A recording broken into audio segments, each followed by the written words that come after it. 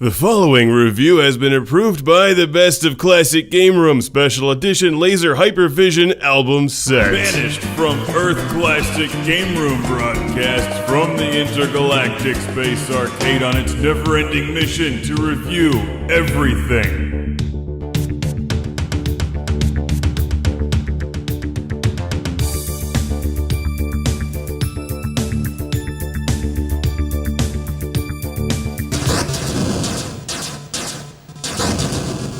Anybody see a beam around here? Waiting to ride.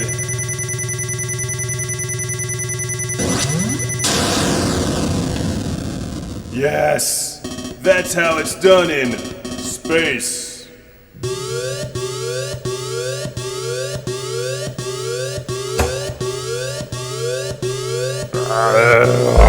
Welcome to Classic Game Room, where it's time to ride the beam on your Atari computer. This is BEAMRIDER from Activision.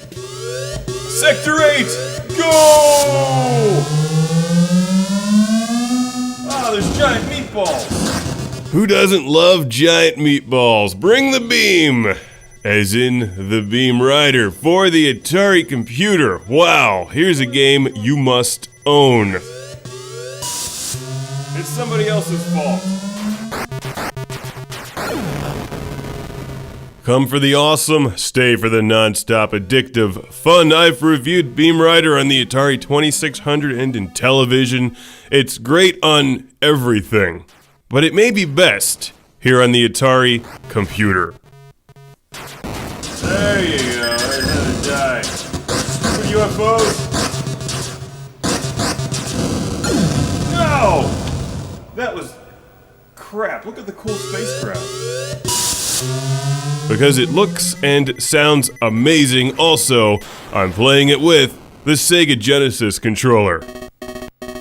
It's like a match made in heaven, like giant meatballs served during happy hour. You must have an Atari XE computer, BEAMRIDER, and a Sega Genesis controller.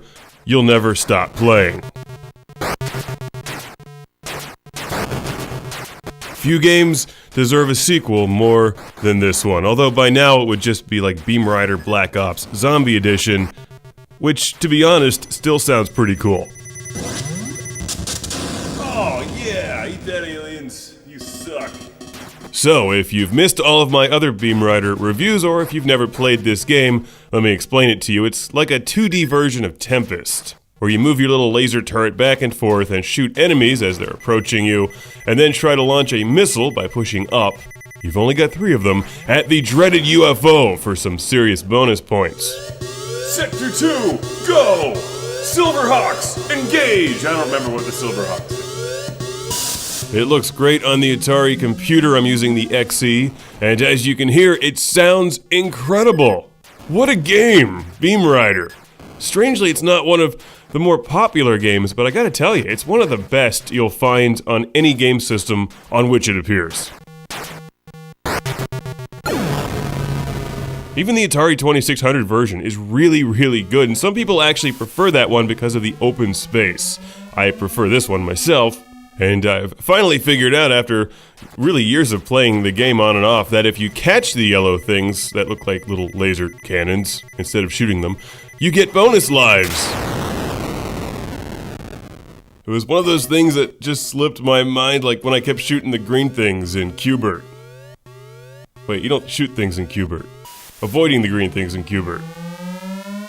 Man, Fridays are rough.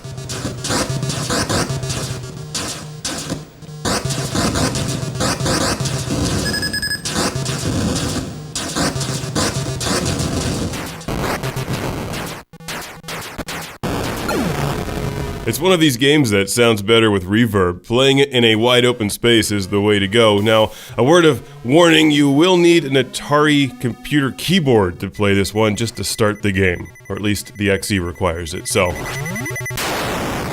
FYI. And I've got a Classic Game Room shout out and thank you to send to Mark in Fresh Meadows, New York again. Thank you, Mark. BEAMRIDER wraps up Atari XE week. And Classic Game Room will return tomorrow with the review of the Pac-Man Stress Ball, followed by the Mad Catz Sega Genesis controller and lots of other cool stuff. BEAMRIDER, highly recommended for everything. Last guy, save the universe! Like Buck Rogers, except awesomer. Or not.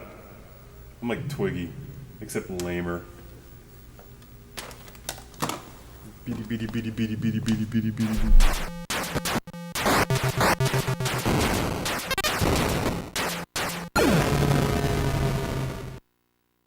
The game ends with an eerie silence.